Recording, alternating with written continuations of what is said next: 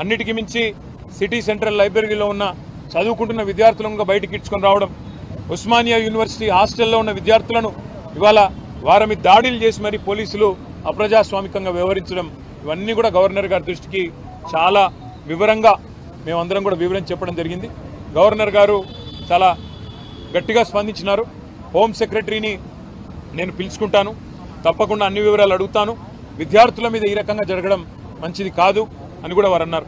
ఇవాళ విద్యార్థులు నిరాహార దీక్షలు చేస్తున్నారు, కొంతమంది ధర్నాలు చేస్తున్నారు, చివరికి కొంతమంది ఢిల్లీ దాకా పోయి అక్కడ కూడా గొడవ చేస్తున్నారు సార్ అని చెప్పి వారికి అన్ని కూడా వివరంగా చెప్పడం జరిగింది.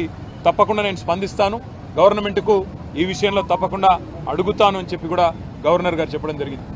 రెండవది, ఈ రాష్ట్రంలో జరుగుతున్న రాజ్యాంగ హననం ఏదైతే ఉన్నదో, పార్టీ ఫిరాయింపుల నిరోధక చట్టాన్ని తుంగలో దొక్కుతూ మరి కాంగ్రెస్ పార్టీ ఏ రకంగానైతే ఈ రాష్ట్రంలో ఇప్పటికే 10 మంది బీఆర్ఎస్ ఎమ్మెల్యేలని 8 మంది బీఆర్ఎస్ ఎమ్మెల్సీలని తన పార్టీలో చేర్చుకున్నదో కూడా గవర్నర్ గారికి సోదాహరణంగా వివరించినాం. మేము ఇప్పటికే న్యాయ పోరాటం చేస్తున్న విషయం కూడా గవర్నర్ గారికి చెప్పాం. స్పీకర్ గారిని కలిసి అభ్యర్థించింది కూడా చెప్పినాం, తేదీలతో సహా. ఒక అభ్యర్థి అయితే ఖైరతాబాద్ ఎమ్మెల్యేగా బీఆర్ఎస్ టికెట్ మీద గెలిచి మొన్న పార్లమెంటు కాంగ్రెస్ టికెట్ మీద పోటీ చేసిన విషయాన్ని కూడా వారికి సోదాహరణంగా చెప్పడం జరిగింది. గవర్నర్ గారు ఆ విషయంలో కూడా స్పందించారు. తప్పకుండా నేను గవర్నమెంట్కు, ముఖ్యంగా ఇక్కడ ప్రస్తుతం ఉన్న అధికారులకి, స్పీకర్ గారికి కూడా నేను విషయం తెలుసుకొని నా పరిధిలో ఉన్నంత వరకు న్యాయం చేసే ప్రయత్నం చేస్తానని చెప్పి వారు చెప్పడం జరిగింది. తప్పకుండా గవర్నర్ గారు మరి ఈ 2 విషయాల్లో, ముఖ్యంగా నిరుద్యోగ యువత విషయంలో తను స్పందించిన తీరును మేము అభినందిస్తూ ఉన్నాం, స్వాగతిస్తూ ఉన్నాం. తప్పకుండా వెంటనే హోమ్ సెక్రటరీని కూడా పిలుస్తానని కూడా చెప్పారు. చివరిగా ప్రోటోకాల్ విషయంలో కూడా జరుగుతున్న ఉల్లంఘనలు, మా ఎమ్మెల్యేలకు ఎమ్మెల్సీలకు జరుగుతున్న అగౌరవం, అధికారులు వ్యవహరిస్తున్న తీరు, ప్రభుత్వ నిర్వాహకాన్ని కూడా చాలా వివరంగా గవర్నర్ గారికి చెప్పినాము.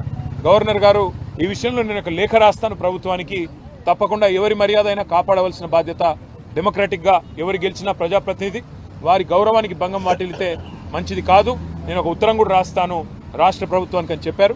దానికి కూడా వారికి అభినందనలు తెలియజేస్తూ, భవిష్యత్తులో ఇలాంటి ఏ సమస్య వచ్చినా తప్పకుండా మీరు నా దగ్గరికి రండి, నాకు అన్ని విషయాలు కూడా మీరు చెప్పండి అని చెప్పి కూడా గవర్నర్ గారు చెప్పారు.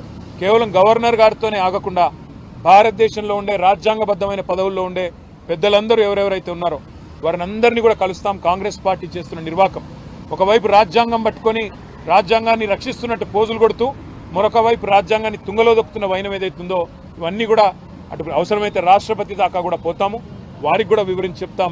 ముఖ్యంగా తెలంగాణ యువతకి మీ అందరికీ ఇచ్చే మాట, కాంగ్రెస్ ఇచ్చిన ప్రతి హామీ నిలబెట్టుకునేదాకా, పోస్టులు పెంచేదాకా, మీకు న్యాయం జరిగేదాకా మీ తరపున ప్రధాన ప్రతిపక్షంగా భారత రాష్ట్రంకి ఉంటుంది, కేసీఆర్ గారు ఉంటారు.